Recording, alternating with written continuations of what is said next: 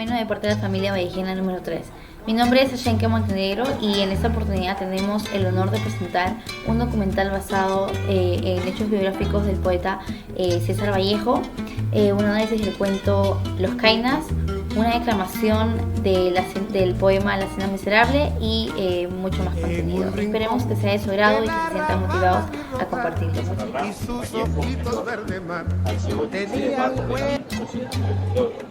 En Santiago de la Libertad. Fue el menor de 11 hijos. Sus padres fueron Francisco de Paula, Vallejo y María de los Santos Mendoza. César Vallejo llegó a conocer un grupo del norte de los que se llaman jóvenes intelectuales. También llegó a conocer a una bella joven llamada Rosa Cuadra, que tenía 15 años. Vallejo se enamoró de Zoila. Por lo largo de su relación, Vallejo llegó a tener una depresión, donde sus amigos lo llegaron a aconsejar que se pueda venir a la capital de Lima. Vallejo llegó a la capital de Lima y llegó a conocer a sus dos mejores amigos, pero a Abraham Lomar. César Abraham tuvo varios obstáculos en su vida y uno de ellos fue el encarcelamiento injusto, ya que se le había acusado de participar dentro de un incendio a una familia de comerciantes. Y aunque esto nunca se supo si era realmente cierto, fue condenado a 4 meses y luego posteriormente pudo haber salido bajo ciertas condiciones. Luego de haber salido, fue a la capital de Perú, Lima, y publicó en 1922 la obra Trilce, uno de los poemarios que cambió a la poesía a nivel mundial. Y posteriormente publicó el cuento Escalas Monografía. La Cena Miserable, de César Vallejo. ¿Hasta cuándo estaremos esperando lo que no nos debe? ¿Y en qué récord estiraremos nuestras pobres rodillas para siempre? ¿Hasta cuándo la cruz que nos alienta no detendrá sus remos? ¿Hasta cuándo la duda nos brindará balsones por haber padecido? Ya nos hemos sentado mucho a la mesa con la amargura de un niño, aunque a medianoche llora de hambre, desvelado. ¿Y cuándo nos veremos con los demás al borde de una mañana eterna, desayunados todos? ¿Hasta cuándo este valle de lágrimas a donde yo nunca dije que me trajeran? De codos, todos bañados en llanto, repito cabizbajo y vencido. ¿Hasta cuándo la cena durará? Hay alguien que ha bebido mucho y se burla y acerca y aleja de nosotros, como negra cuchara de amarga esencia humana, la tumba y menos sabe hasta cuándo la cena durará. Kainas representa las similitudes que tiene en las actitudes de demencia del personaje principal con las otras obras de César Vallejo. La obra muestra cómo Quiso se ve sorprendido por el gran parecido que tiene con su madre, también revelándose que es un pariente lejano del narrador, que a su vez también se ve sorprendido por este parecido. La obra busca representar la fusión de las influencias locales y externas que lograron transformar en complementos la diferencia de estos lados opuestos. Luis Urquizo lanzó una carcajada y tragándose todavía las últimas pólvoras de risa. Bebió ávidamente su cerveza. Luego, al poner el cristal vacío sobre el zinc del mostrador, lo quebró vociferando. Eso no es nada, yo he cabalgado sobre el lomo de mi caballo de 4 cascos negros. Oh, mi soberbio alazán, ese paquidermo más extraordinario de la tierra. Hace temblar de pavor al espectáculo en seco, simple y puro. Yo no puedo contemplarlo así sin sentirme alterado. Es maravilloso, impresionante, irracional. Y sus ojitos verde mar tenían.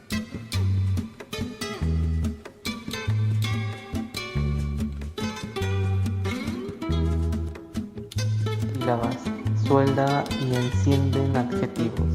Hace de jinete. Depone algunas fintas. Conifica en álgidas interjecciones las más anchas sugerencias de su voz. Gesticula. Pisa el brazo, es patético, es ridículo, sugestiona y contagia en locura. ¡Me marcho! En un rincón de la arrabal vi rodar José Antonio Mazzotti, nacido en Lima en el año 1961, preside en la Asociación Internacional de Peronistas con el auspicio de la Embajada de Perú en Cuba y la Casa de las Américas. Organizó el Congreso Internacional Trilce y las Vanguardias Latinoamericanas en Cuba en el año 2022. Obtuvo el primer puesto en los Juegos Florales Universitarios Tupac Amaru de la Universidad Nacional Mayor de San Marcos y es miembro de la llamada Generación Poética del 80 junto a otros. Bienvenidos a esta sección del documental en donde estaremos entrevistando al ponente José Antonio Mazzotti. El ponente pues nació en el año 1961, es presidente de la Asociación Internacional de Peruanos y obtuvo el primer puesto en los peruanistas, Juegos... Peruanistas, discúlpeme, gracias por la corrección. Hay una gran diferencia. Entiendo, y discúlpeme otra vez. Obtuvo el primer puesto en los Juegos Florales Universitarios Tupac Amaru de la Universidad Nacional Mayor de San Marcos. Y el tema elegido para esta entrevista es el cuento de nuestro poeta peruano César Vallejo, Los Cainas. Le voy a hacer la pregunta de, ¿usted cree que el cuento Los Cainas tiene que ver con una experiencia que tuvo Vallejo en su vida? Bueno, se ha investigado un pasaje de la vida de Vallejo que se sitúa en 1921, después de que él saliera de la cárcel de Trujillo en febrero de ese año, viajó a Lima y visitó el manicomio de Lima, es decir, el que hoy conocemos como Hospital Víctor Larco Herrera, ¿no?, en Magdalena. Allí aparentemente tuvo contacto con varios pacientes. Su interés en los trastornos mentales es obvio, y hay un crítico, Fernando Olascuaga, que plantea que esa visita le dio a Vallejo la idea de escribir Los Cainas, ¿no?, que como sabemos es un cuento basado en un trastorno mental, ¿no? El personaje Urquizo, que es primo del narrador en primera persona, supuestamente Vallejo, se cree un mono, y luego el pueblo entero también empiezan poco a poco a revelarse como simios.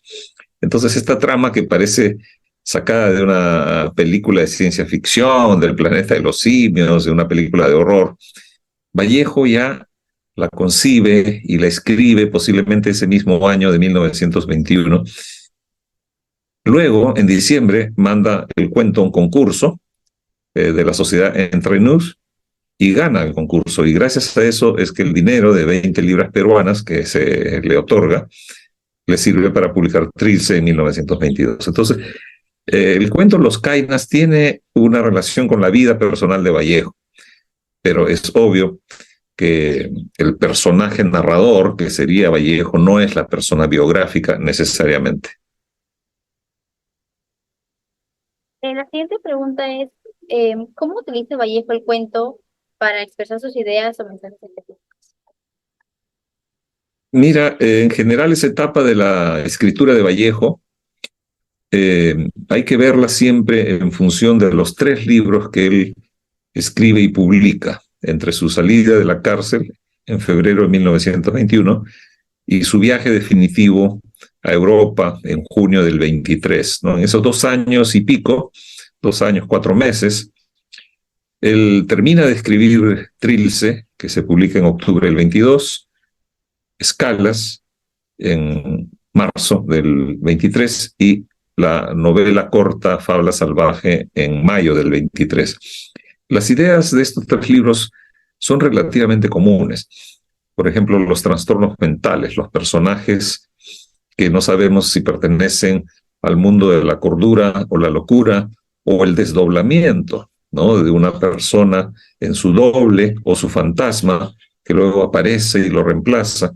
Todos estos son elementos de la escritura de Vallejo y, por supuesto, la exploración del inconsciente y la experimentación verbal, es evidente en Trilce, son elementos comunes a esos 3 libros. Ahora, específicamente en Escalas, hay que recordar que Vallejo, al dividir esta obra en 2 secciones, ¿no?, cuneiformes, que son 6 breves textos entre poéticos, filosóficos, meditativos, también narrativos, y la segunda parte, Coro de Vientos, que son 6 relatos propiamente dichos, cuentos, como los Kainas, Más allá de la vida y la muerte, Liberación, Cera, entre los más famosos, El Unigénito, tienen en común la idea de subvertir la seguridad del orden convencional. Es decir, aquello que parece racional no lo es tanto en los cuentos. Aquello que parece esperable o predecible deja de serlo, porque Vallejo inaugura un universo en el cual no hay referentes fijos o estables. Estas son parte de las ideas que expresa en el cuento también, en Los Kainas, que como recordaremos es un cuento situado en un pueblo relativamente imaginario, que podría ser muchos pueblos de la sierra, y ahí es donde ocurre esta anécdota casi terrorífica, ¿no? De que todos terminan creyéndose monos, hasta que el punto en que el personaje principal se cuestiona si no será él el loco, ¿no? Que se cree humano. Gracias.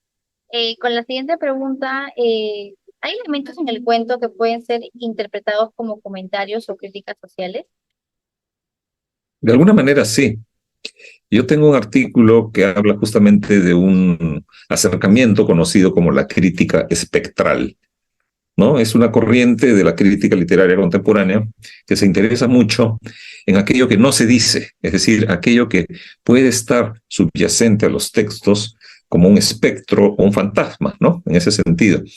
Por supuesto hay fantasmas en la obra, ¿no? En escalas, por ejemplo, en Más allá de la vida y la muerte, ¿no?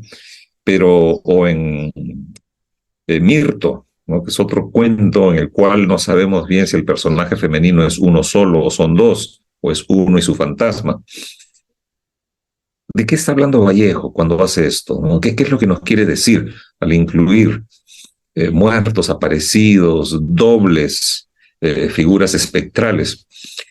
En estos años, principios del siglo XX, el Perú está pasando por un proceso social y político algo turbulento. Ha terminado ese periodo que se conoce como la República Aristocrática, que Jorge Basadre usa para referirse al predominio en todos los ámbitos políticos, económicos, sociales, culturales, de la oligarquía terrateniente.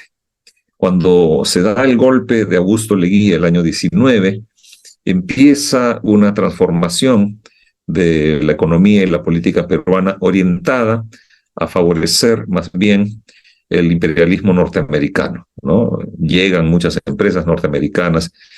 Entonces lo que se hace es simplemente cambiar de patrón, ¿no? Del imperio británico se pasa al imperio norteamericano y la población indígena, la población mestiza, es la que sigue sufriendo fundamentalmente.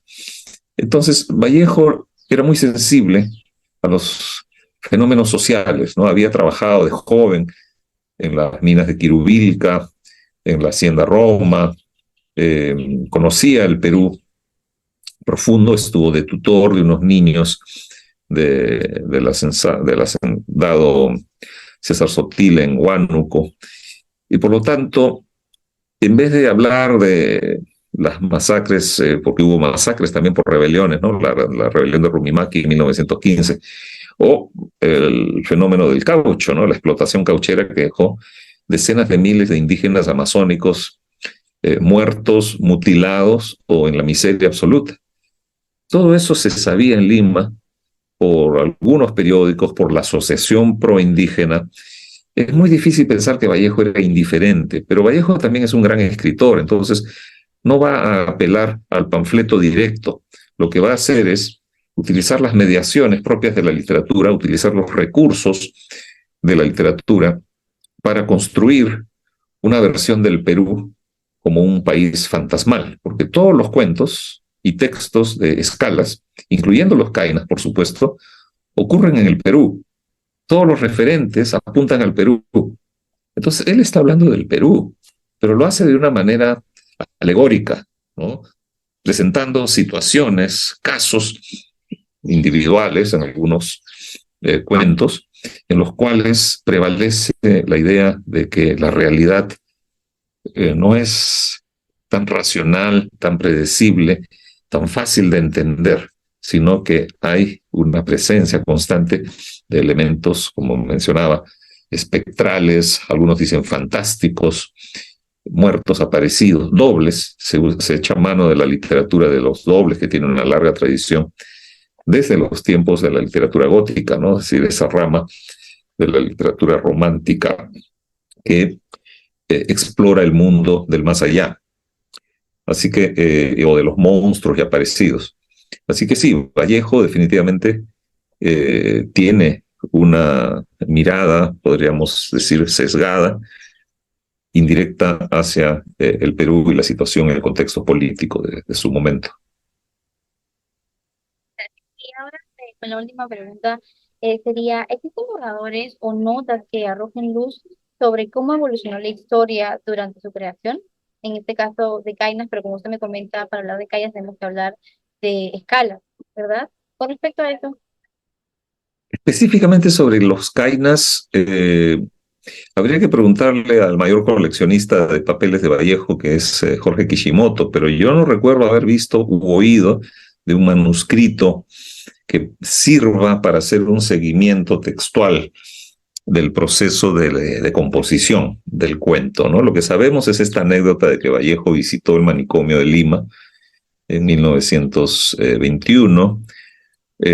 Para diciembre de 1921, cuando gana el concurso de la Sociedad Entre Nous, ya debía tenerlo terminado. Entonces, ese es el periodo, 1921, en que el cuento debió haberse escrito, entre marzo y diciembre. Son casi 9 meses, ¿no?, de concepción de este cuento. Pero lo que sí hay es ediciones parciales, ¿no?, en periódicos. Eso lo han estudiado muy bien algunos especialistas como Carlos Fernández y Valentino Iannuzzi. Lo que, claro, todavía queda hacer es una edición crítica de escalas, incluyendo el cuento Los Kainas. Para eso se necesita mucha investigación, ver qué versiones anteriores salieron en qué periódico o revista, si es que ha quedado algún manuscrito, que lo dudo, y con eso trazar los cambios que pudo haber incluido Vallejo desde la primera versión hasta la última, que aparece ya en el libro, en escalas, en mayo del 23. gracias. Eso fue todo por el día de hoy. Agradecerle por impartirnos esta sabiduría tan compleja acerca de Vallejo y espero poderlo entrevistarlo para alguna otra situación en otro momento. Y eso fue todo. Nos vemos. Tenían huellas de llorar. Centrado en la vida y obra de César Marchita Vallejo, flor. ha representado un viaje significativo hacia la comprensión y apreciación de uno de los más grandes exponentes de la literatura latinoamericana. A lo largo de esta iniciativa hemos logrado no solamente transmitir la riqueza poética de Vallejo, sino también despertar un interés renovado en su legado entre diversas audiencias. Gracias.